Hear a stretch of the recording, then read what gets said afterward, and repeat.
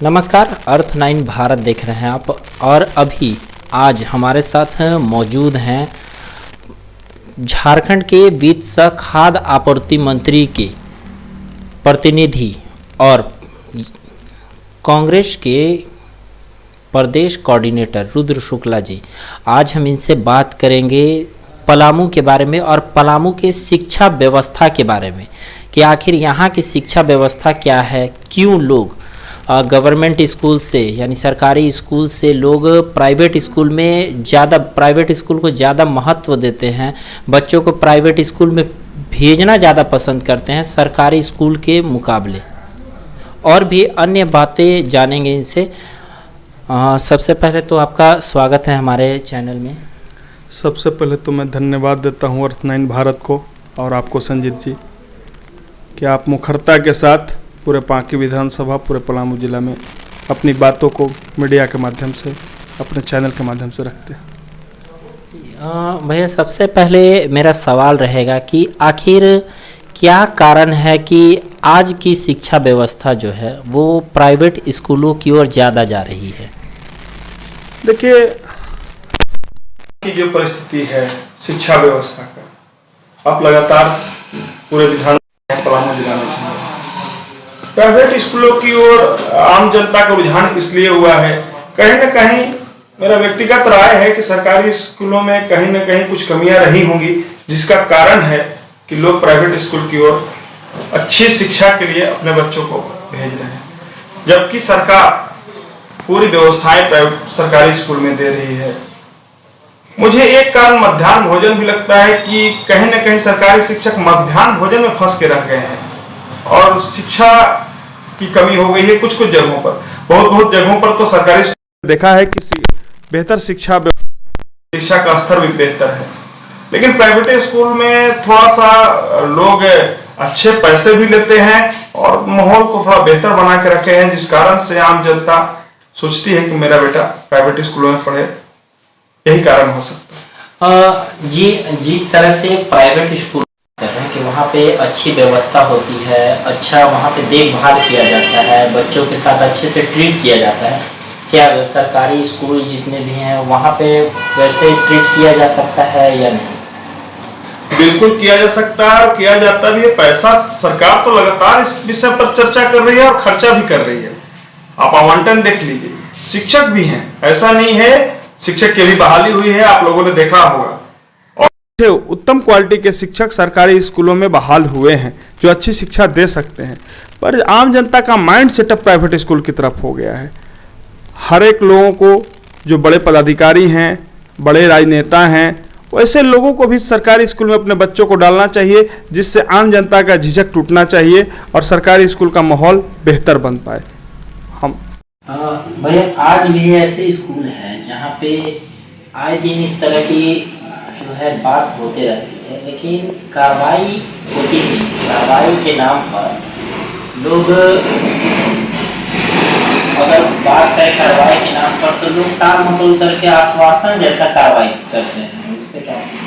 देखिए, सबसे पहले तो आप लोग लगातार घूमते रहते हैं और ऐसा कहीं किसी भी सरकारी स्कूल में दिखता है कि वहाँ के शिक्षक या वहाँ के व्यवस्थापक के द्वारा कोई लापरवाही की जा रही है, तो इसकी जानकारी उपायुक्त को भी उपायुक्त महोदय पलामू को भी दिया जा सकता है। और भी जैसे आप मीडिया में चलाइए। हाँ, ऐसा कई बार होता है कि उनके कामों को चाहे किसी कारण से विभाग में नजरअंदाज कर दिया जाता है। तो अगर ऐसा लगता है तो मैं रुद्र शुक्ला आपके पार्टी विधानसभा में सदैव उपस्थित हूँ।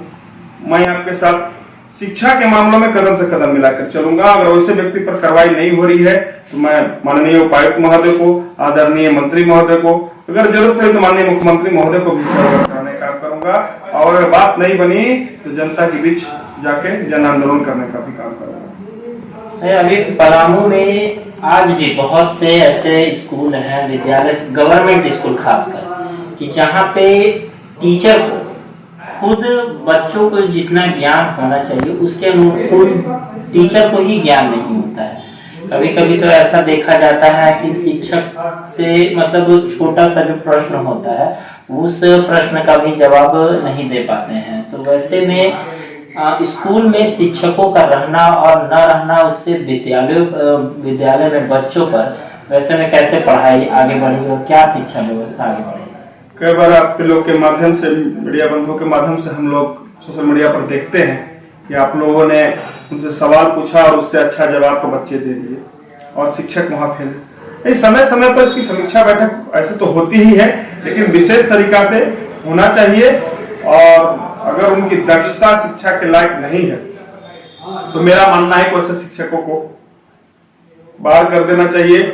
जो उत्तम क्वालिटी के शिक्षक, आज भी बहुत सारे युवा बेरोजगार हमारे घूम रहे हैं, बहुत अनुबंध पर शिक्षक हैं हमारे, तो क्यों ना उन्हें ही परमानेंट कर दिया जाए। जो अच्छे क्वालिटी के आज बीएड करके, एमएड करके बहुत सारे हमारे युवा बेरोजगार घूम रहे हैं। लेकिन दुर्भाग्य है कि कुछ लोग ऐसे जिनके पास शिक्षा का अभाव है, वो शिक्षक बन के बैठ पड़े हैं। सरकार को इस पर तो गहनता से जांच करना चाहिए और जांच हो भी रहा है। अब कई बार देखे होंगे कि सर्टिफिकेट जांच में और परीक्षाओं में उनको हटा दिया जाता है। एक बार पूर्व की घटना आपके ही इस नीलांबर लस्तीगंज प्रखंड में, जब यहाँ अग्रहरी साहब डीसी हुआ करते थे, उन्होंने जांच किया था पारा टीचरों का और कईयों पर कार्रवाई हुई थी। उसके बाद जो उसमें सक्षम व्यक्ति थे वापस आए, जिनकी शिक्षा बेहतर थी वापस आए। तो ऐसी प्रक्रियाएं होनी चाहिए और सरकार स्कूल के लिए व्यवस्था काम कर रही है। सरकारी स्कूल के लिए प्राइवेट स्कूल का वातावरण थोड़ा बेहतर बना है। मैं सरकारी स्कूल के शिक्षकों से और वहाँ के संस्थापकों से, वहाँ जो देखभाल करते हैं, उनसे यही आग्रह करूंगा कि वो बेहतर माहौल बनाए, जिससे हर कोई अपने बच्चों को सरकारी स्कूल की ओर भेज सके।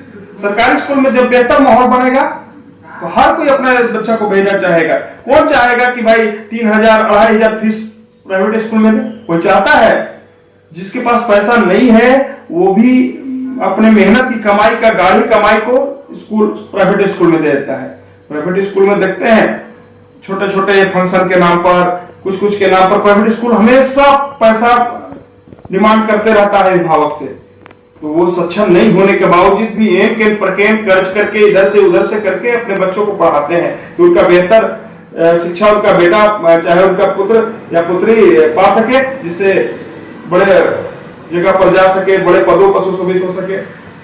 लेकिन अगर वही शिक्षा सरकारी स्कूल में मिलेगी तो क्यों लोग प्राइवेट स्कूल की ओर जाना चाहेंगे? तो अगर सरकारी स्कूल का कहीं ना कहीं कोई व्यवस्था है, मैं इसको स्वीकारता हूं, ठीक है, लेकिन सरकार तटस्थता के साथ काम कर रही है। सरकार की सारी व्यवस्थाएं सरकारी स्कूल के लिए है। थोड़ी पैनी निगाहें हमारे या आपकी बनाने की आवश्यकता है, क्योंकि आप भी दर्पण है, समाज का आईना है, चौथे लोक स्तंभ है। मीडिया जो दिखाती है तो लोग सजग हो जाते हैं, लोगों को जानकारी मिलती है। तो मैं आपसे भी आग्रह करूंगा कि वैसे जगहों के बारे में हम लोगों को बताएं। हम कोशिश करेंगे, हमारी सरकार कोशिश करेगी कि उन पर कड़ी से कड़ी कार्रवाई करे। जो शिक्षक या जो स्कूल के प्रधानाध्यापक, चाहे जो भी व्यवस्थापक हैं, अगर उनकी अनियमितता पाई जाएगी तो उन पर तत्काल कार्रवाई होगा। मैं स्वयं आपके साथ चलूंगा। झारखंड में ऐसा नहीं लगता है देखने से कि शिक्षा व्यवस्था की जो अभी लचर स्थिति उत्पन्न हो गई है, उसमें कहीं ना कहीं मध्याह्न भोजन का अहम भूमिका है कि झारखंड में मध्याह्न भोजन बंद करके शिक्षा के ऊपर ज्यादा सरकार को ध्यान देने की जरूरत है। देखिए, सरकार ने मध्याह्न भोजन इसलिए चलाया था कि जो गरीब बच्चे कर सकते हैं, जो जिनकी रोटी जिनको उपलब्ध नहीं हो पा रही है, उनको मध्याह्न भोजन के माध्यम से उनको भोजन कराकर शिक्षा दिया जाए। पर इसकी परिभाषा बदल गई, इसकी परिभाषा बदल दिया गया है और मध्याह्न भोजन ही मुख्य हो गया है, शिक्षा सेकेंडरी हो गई है। तो मध्याह्न भोजन कहीं ना कहीं मुझे लगता है कि बाधित है।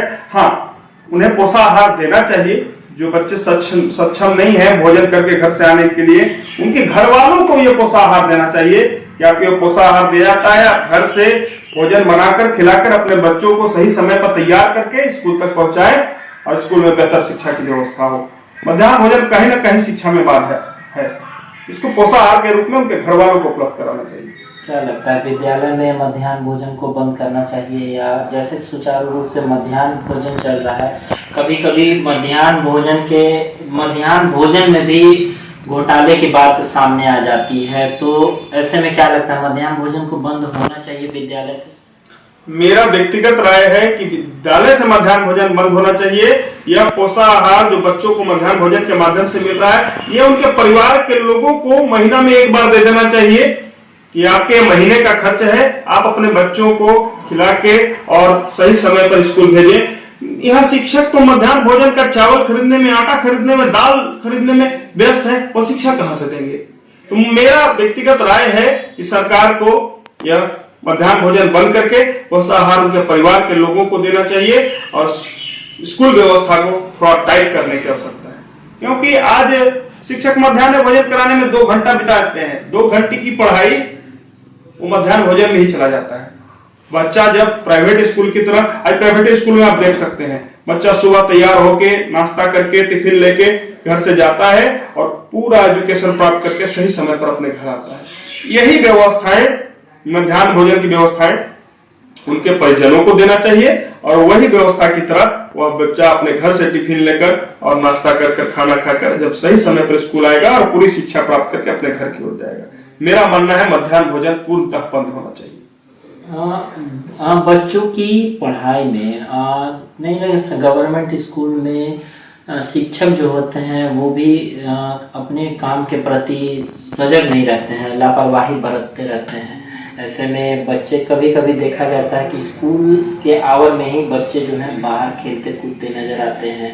तो कहीं ना कहीं ऐसा नहीं लगता है कि विद्यालय के जो शिक्षक होते हैं वो उनकी लापरवाही का नतीजा होता है कि पढ़ाई कम होती है और शिक्षा व्यवस्था पे असर पड़ता है।